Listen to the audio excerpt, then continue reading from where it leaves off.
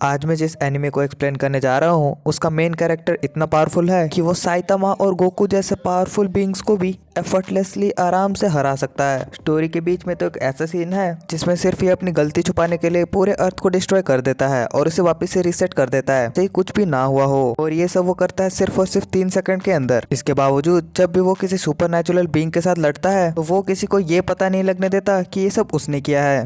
तो ज्यादा वेट ना करते हुए चलिए चलते हैं एक्सप्लेनेशन की तरफ। कहानी की शुरुआत में हमें अपना मेन कैरेक्टर वैंग लिंग को दिखाया जाता है जो कि अभी उम्र में बहुत ही ज्यादा छोटा होता है। वो ग्रोसरी स्टोर आया होता है कुछ खरीदने के लिए, पर जब वो ग्रोसरी स्टोर से कुछ खरीद रहा था कि तभी टीवी में एक न्यूज़ चलती है जहाँ हमें पता चलता है कि पूरे अर्थ पे किसी एक जायंट फ्रॉग ने अटैक किया है जिससे लड़ने के लिए वहाँ से उस जगह को खाली किया जा रहा था ताकि कोई भी इंजर्ड ना हो। थोड़ी देर बाद वैंग चिप्स का पैकेट लेके अपने घर वापस जाने लगता है, पर रास्ते में चलते वक्त उसे वो जायंट फ्रॉग देख लेता है और उसे मारने आता है। पर उसे अभी ये पता नहीं होता कि वो जिसे मारने आ रहा है वो कितनी पावर पोसेस करता है। इनडायरेक्टली वो डीमन अपने ही मौत को न्योता दे रहा था, पर वहाँ उसे बचाने के लिए हुओ ही आ जाता है। इसको हम हुओ ही बुलाएंगे या फिर इससे अच्छा इसे हम मिस्टर एच बुलाएंगे ताकि प्रोनाउंस करना थोड़ा इजी हो। यहाँ हमें पता चलता है कि मिस्टर एच किसी विजिलेंटी कम्युनिटी के लीडर हैं जो कि अर्थ को ऐसे मॉन्स्टर से प्रोटेक्ट करते हैं। और यहाँ वो अपनी जान की बाजी लगाते हुए उस छोटे बच्चे को बचाने आ जाते हैं क्योंकि वो जायंट फ्रॉग अब उस छोटे बच्चे को मारने के लिए आगे बढ़ रहा था। और वो अपने पावर्स यूज करके किसी तरीके से उस बच्चे को वहाँ से बचा देते हैं और उसे कहते हैं कि वो घर जाए। और वो थोड़ी देर भी अगर वहाँ रुका तो उसकी जान को खतरा है। पर यहाँ मिस्टर एच को भी वांग के डिवाइन पावर्स के बारे में नहीं पता होता। सीन शिफ्ट होता है और हमें 15 साल बाद का सीन दिखाया जाता है जहाँ किसी कॉलेज कैंपस में मिस्टर एच की मूर्ति लगाई होती है। और यहाँ सबको ये लग रहा होता है कि 15 साल पहले मिस्टर एच ने ही उस जायंट फ्रॉग को मार के अर्थ को प्रोटेक्ट किया था। पर सच्चाई क्या है वो तो हमें आगे ही पता चलेगा। फिर हमें यहाँ वांग को दिखाया जाता है जो कि उसी कॉलेज में पढ़ने आया होता है। यहाँ पहले दिन ही उसे 2 लड़के आके बुली करने लगते हैं। अब यहाँ सबको पता होता है कि 15 साल पहले वो छोटा बच्चा वांग ही था और मिस्टर एच ने उसे उस जायंट फ्रॉग से बचाया था। और इसी बात को लेके सभी वांग पे हंस रहे होते हैं और इस बात को लेके सभी उसका मजाक बनाने लगते हैं और उन्हें लगता है कि वांग बहुत ही ज्यादा वीक है। वो एज में उनसे सिमिलर तो है पर उसकी पावर्स उनसे बहुत ही ज़्यादा कम है। पर अभी उन्हें भी ये बात पता नहीं होती कि वो जिसके साथ बात कर रहे हैं वो लड़का इन्फिनिट इमोर्टलिटी और डिवाइन पावर्स पोजेस करता है। फिर हमें चेन और वैंग को दिखाया जाता है जो कि अपने कॉलेज से ट्रांसफर लेके इस कॉलेज में आए होते हैं। फिर वहाँ कोई सुपरसोनिक फायरबॉल से अटैक करता है जिसकी वजह से वो बुली पीछे जाके गिरते हैं। जिसके बाद हमें ये पता चलता है कि वांग को उन बुली से जिसने बचाया था उसका नाम रोंग सुन होता है। वो अपने कॉलेज की टॉपर थी और उसका भी यहाँ पे ट्रांसफर हुआ है और अभी तक की सबसे पावरफुल स्टूडेंट थी। और सभी को ये लग रहा होता है कि न्यू कमर्स में वो सबसे ज़्यादा पावरफुल है और उससे पावरफुल कोई भी नहीं हो सकता। पर उनका पर्सपेक्टिव भी अभी चेंज होने वाला था। थोड़ी देर बाद उनका टेस्ट था और जो बच्चे उसे पास करेंगे उन्हीं के हिसाब से और उनके रैंकिंग के हिसाब से उन्हें क्लास अलॉट किया जाएगा। जितना अच्छा उनका स्कोर होगा उतने ही अच्छे बैचेस में उन्हें इनरोल किया जाएगा। यह रोंग वांग से आके हाथ मिलाने की कोशिश करती है और वो कोशिश करती है कि वो उसकी दोस्त बन जाए। पर यहाँ वांग उसके हाथ में 10 का नोट पकड़ा के वहाँ से चला जाता है क्योंकि उसको दोस्त बनाने में कोई भी इंटरेस्ट नहीं है।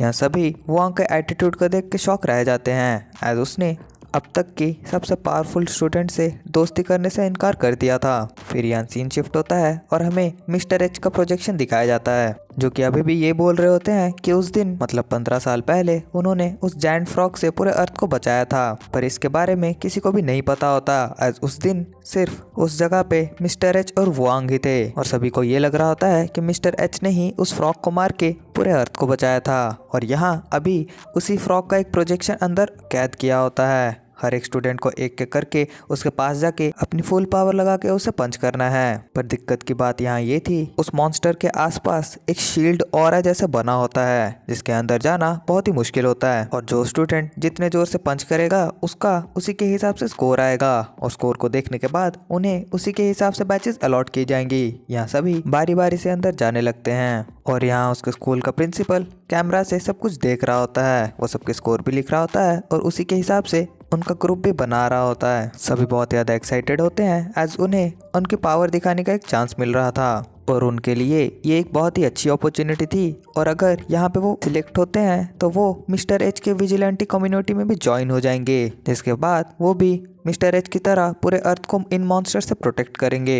यहाँ प्रिंसिपल ने मिनिमम मार्क्स रखे होते 400 और जिसका इम्पैक्ट पैरामीटर 400 से भी ज़्यादा होगा वो ही इस टेस्ट में पास होगा। बहुत ही मुश्किल से अभी तक सिर्फ एक ही स्टूडेंट पास हुआ होता है, जिसके बाद प्रिंसिपल को लगता है कि इस साल बहुत ही वीक बच्चे आए हैं। फिर अब बारी होती है शन की। शन ने अपनी पूरी ताकत लगा के उसे पंच करता है, जिसके बाद उसका स्कोर कुछ 800 के आसपास आता है। अगली बारी होती है वोंग की और उसका स्कोर भी 800 के आसपास होता है, जिसका मतलब ये था कि इन दोनों ने इजीली इस टेस्ट को पास कर लिया होता है। और यह प्रिंसिपल को भी लगने लगता है कि अभी बहुत से बच्चे हैं जो इनका रिकॉर्ड तोड़ सकते हैं कि तभी होरोंग की बारी आती है, जिसे अभी तक की सबसे पावरफुल स्टूडेंट माना जाता है और इसे किसी ने भी अभी तक नहीं हराया होता। वह उस चैम्बर में जाने के बाद कुछ सोचने लगती है, जिसके बाद वो इतनी जोर से पंच करती है कि वो फ्रॉग वाले मॉन्स्टर का डीमन भी थोड़े डिस्टेंस के लिए स्लाइड कर जाता है और उसके एक पंच से ही पूरा स्टेडियम हिल चुका था और उसे ये लग रहा होता है कि उसका स्कोर जो है उसे कोई भी बीट नहीं कर सकता। और ये बात भी सही थी, एज उसका स्कोर अभी तक का सबसे हाईएस्ट था। फिर बात आती है वोंग की और कोई भी वोंग पे ध्यान नहीं दे रहा था सिवाय रोंग के, क्योंकि अब वोंग ही लास्ट स्टूडेंट बचा था और अगर उसने रोंग का रिकॉर्ड नहीं तोड़ा तो रोंग बन जाएगी इस कॉलेज की नई टॉपर। यहाँ वोंग को अपने सामने देख उस फ्रॉग वाले मॉन्स्टर को फ्लैशेस आने लगते हैं, जिसे हमें 15 साल पहले की चीज़ें दिखाई जाती हैं कि असल में वहाँ पे एक्चुअली क्या हुआ था। 15 साल पहले जब मिस्टर एच ने वोंग को बचाने के लिए अपनी जान दांव पे लगाई थी कि तभी वह मॉन्स्टर उन पे अटैक कर देता है, जिसके बाद वो बहुत ही ज़्यादा घायल हो जाते हैं और उनका काम तमाम होने ही वाला होता है कि तभी वहाँ पे वोंग आ जाता है और वहाँ आके वो अपनी चिप्स का पैकेट ढूंढने लगता है, जो कि उस मॉन्स्टर के अटैक के वजह से उससे खो गई थी। और इसी बात से गुस्सा होकर वह उस मॉन्स्टर को इतने जोर से किक मारता है जिसके वजह से वह उसे फुल्ली न्यूट्रलाइज कर देता है और वो यहाँ मिस्टर एच को भी बचा लेता है। पर पूरी दुनिया को ये बात पता नहीं होती कि आज वो जिसकी तारीफ कर रहे हैं वो एक्चुअली वुआन है, ना कि मिस्टर एच। या वुआन को अपने सामने देख वो फ्रॉग मॉन्स्टर बहुत ही ज्यादा डर जाता है और उसे ये लगता है कि आज वुआन उसका खात्मा कर ही देगा। यहाँ वुआंग अपने पावर्स को मिनिमाइज करता है, वो नहीं चाहता कि उसके पावर्स के बारे में किसी को भी पता चले, जिसके वजह से उसके ऊपर प्रॉब्लम्स आएंगी। यहाँ वो प्रिटेंड करने लगता है कि जैसे वो अपना बेस्ट दे रहा है ताकि किसी को शक ना हो। और वुआंग जैसे ही उस ऑरा को पंच करता है कि तभी उसका इम्पैक्ट इतना तगड़ा होता है कि स्क्रीन ब्लैकआउट हो जाती है और जैसे ही वो स्क्रीन ठीक होती है कि तभी हमें दिखाया जाता है कि उसका ऑरा भी टूट चुका था और वो मॉन्स्टर भी अब मारा जा चुका था। और वुआंग का स्कोर इतना ज़्यादा होता है कि स्क्रीन भी छोटा पड़ जाता है, जिसे देखने के बाद सभी स्टूडेंट बहुत ही ज़्यादा शॉक हो जाते हैं और उन्हें लगता है कि ये किसी तरीके की टेक्निकल ग्लिच है। वुआंग इतना पावरफुल नहीं हो सकता, एज वो शक्ल से बहुत ज़्यादा सीधा साधा लगता था। मैंने जब इस एनिमे को देखना चालू किया था तो सोचा था कि एक साथ पूरे सीज़न को एक्सप्लेन करूंगा, पर इसका एक एपिसोड देखने के बाद मैंने इसके सारे एपिसोड देख लिए और एक साथ ही इसका सीज़न 4 भी ख़त्म कर दिया है। और उसके बाद मैं ये बोल सकता हूँ कि अभी आपने जो देखा वो शायद इसका 1% भी नहीं है। यहाँ किसी भी स्टूडेंट को वुआंग के पावर्स के बारे में कुछ भी आइडिया नहीं होता है, पर यहाँ रोंग को उसके ऊपर शक हो चुका था, एज उसने वुआंग के पंच का इम्पैक्ट पूरे प्लेग्राउंड में सुना था और उससे फील भी किया था और ऐसा कुछ उसने आज से पहले कभी भी फील नहीं किया था। यहाँ वुआंग से खुश होकर उस स्कूल के प्रिंसिपल वहाँ आते हैं और उसे कहते हैं कि तुम्हारे पावर्स के लिए शायद हमें एक और बैच बनाना पड़े।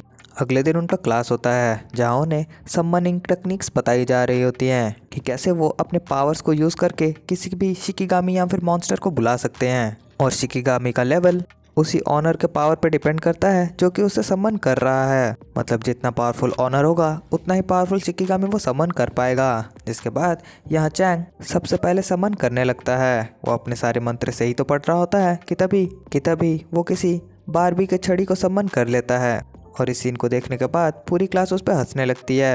यहाँ सभी बच्चे 1 बाय 1 अपने पावर्स को यूज़ करने लगते हैं, पर किसी ने भी अभी तक एक भी शिकिगामी को समन नहीं किया होता। फिर हमें रोंग को दिखाया जाता है जो कि सक्सेसफुली एक शिकिगामी को समन करने में कैपेबल होती है, पर उसने एक स्ट्रे डॉग के शिकिगामी को समन किया होता है। यहाँ वुआंग को दिखाया जाता है जो कि एक बैक बेंचर होता है। उसकी टीचर उसे कहती है कि उसे भी देखना है कि वुआंग क्या कर सकता है, एज वो स्कूल का टॉपर था।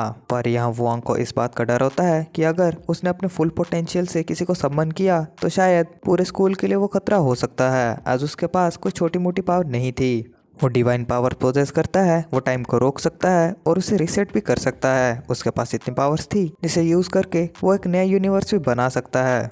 पर यहाँ जैसे तैसे वो अपने पावर्स कम करके उसी फ्रॉग को वहाँ पे समन कर देता है, जिसके बाद सभी वहाँ से डर के भागने लगते हैं कि तभी उनके टीचर उसे एक स्ट्रे डॉग में तब्दील कर देती है। अब उसके पावर्स भी बहुत ज़्यादा कम हो जाते हैं, जिसके बाद उस स्ट्रे डॉग के साथ सभी स्टूडेंट्स खेलने लगते हैं और अब सभी बच्चे वुआंग की पावर्स देख के वुआंग से इम्प्रेस हो गए होते हैं। इसके आगे की स्टोरी लेफ्ट वाले वीडियो पे मैंने कवर की है। जाने से पहले प्लीज़ चैनल को सब्सक्राइब कर दें, वीडियो को लाइक कर दें। एम करते हैं 200 लाइक्स का।